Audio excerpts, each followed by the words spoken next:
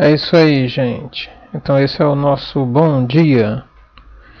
E agora eu quero que vocês observem essa imagem. O que é que nós temos aqui? Uma raposa, né?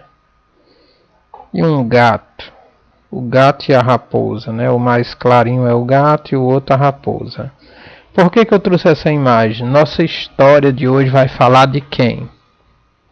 Se você respondeu do gato e da raposa, parabéns, você acertou, né? Nossa história hoje é do gato e da raposa. E eu gostaria de ler para vocês agora. Viu? O Gato e a Raposa é uma história de Fernando Danema. Recanto das Letras é o livro dele. Então escute bem.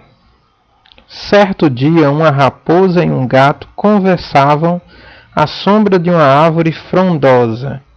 A prosa entre eles seguia animada até o instante em que a raposa falou de sua esperteza, da sua capacidade de inventar os mais diversos métodos para conseguir o que desejava, e se rejubilava vaidosa com esse dom que a natureza havia concedido a todos os indivíduos da sua família. Por isso, aparentemente, a tornava superior ao gato que a ouvia. Sem ter como responder à altura, este concordou com a raposa, afirmando que ela era realmente privilegiada, pois ninguém na floresta desconhecia sua capacidade de encontrar soluções adequadas para qualquer problema ou necessidade que lhe surgisse pela frente, e reclamava: Eu, por desgraça minha, nunca consegui aprender nada de extraordinário, e como lamento que isso tenha me acontecido. Nesse momento, eles ouviram os latidos de vários cães que se aproximavam rapidamente. A reação do gato foi instantânea, ágil como era. Ele logo subiu pelo tronco da árvore e procurou abrigo em seus galhos mais altos, de onde pôde observar tudo o que acontecia lá embaixo no chão. Como a raposa demorou-se no mesmo lugar por tempo maior do que dispunha para iniciar sua fuga, os cachorros chegaram latindo furiosamente e se atiraram sobre ela, que, sem ter como resistir ao assalto que sofria, acabou encontrando um fim constrangedor para sua fama de animal ardiloso e matreiro.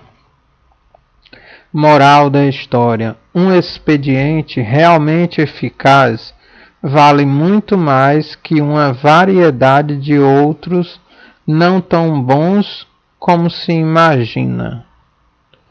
Então, gente, a raposa, ela se dizia toda espertalhona para enganar o povo e tudo mais. Mas na hora do perigo, ela não foi ágil que nem o gato, ela não soube reagir àquele momento. Não é? O gato, mesmo sem ser tão inteligente, ele tinha o dom de reação rápida, e quando ele viu o perigo dos cachorros, ele correu e subiu na árvore e se escondeu. E a raposa, toda esperta, ficou tentando achar uma maneira. E nesse tentar achar dela uma maneira, os cachorros chegaram e a mataram. Né? Então, muitas vezes você fica em algumas situações tentando encontrar uma maneira de sair em vez de agir. E aí o tempo passa e você não consegue superar aquele problema, né? Pensando demais. Tem pessoas assim. Tem pessoas que não. Quando vê o problema, já cai de cara nele para resolver. Mas tem outros que ficam imaginando soluções, e o problema vai passando, vai aumentando, e quando cuida você não tem como reagir, né? Esse texto é bom para a nossa realidade da pandemia, né? Muitos cantos, muitas pessoas demoraram a reagir à pandemia, e aí muita gente morreu. Quem foi mais ágil quando a pandemia chegou conseguiu salvar mais vida. Não é? Os governos que foram ágeis, na hora que viram a pandemia, conseguiram salvar vidas. Então esses governos podem ser comparados com os gatos. Talvez não tivessem tanto recurso, tanto meio, mas souberam agir na hora certa.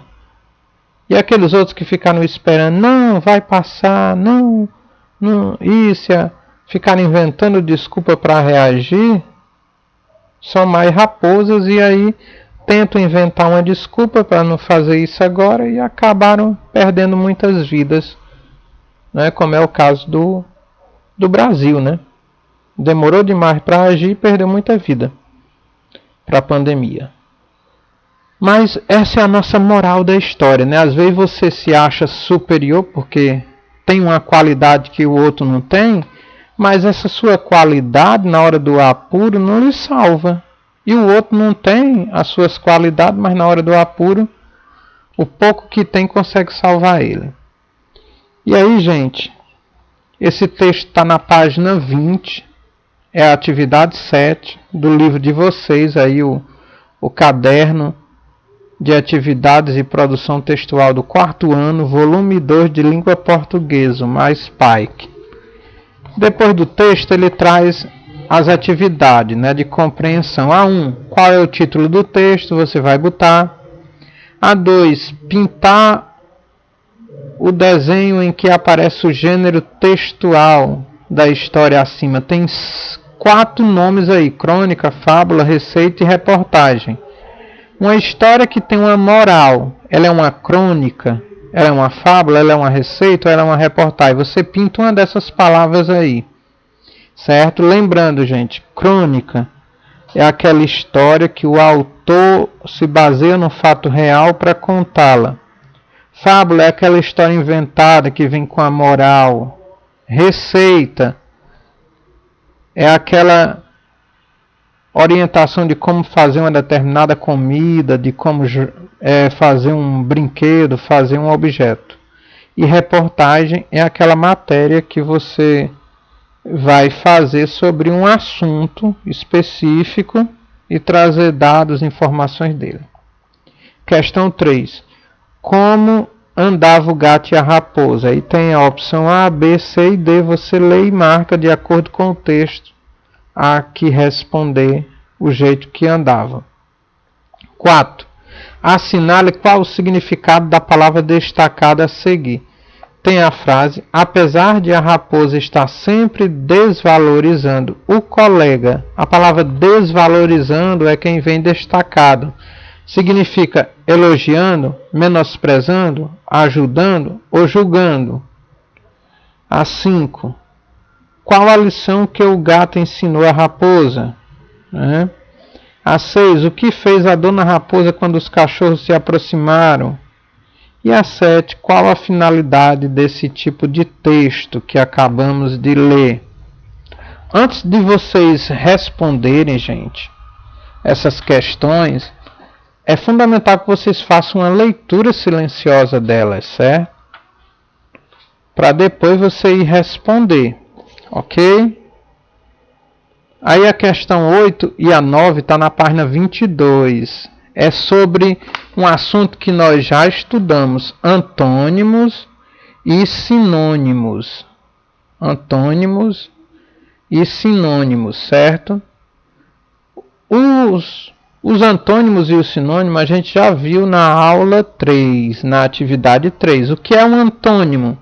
É uma palavra contrária. Por exemplo, baixo, alto, gordo, magro, bonito, feio. Isso são antônimos. E sinônimos são palavras que têm o mesmo sentido. Belo, lindo, né? São palavras que têm o mesmo sentido. Sinônimo. Deixa eu ver mais um exemplo de sinônimo. Verdade, verdadeiro, né? São sinônimos.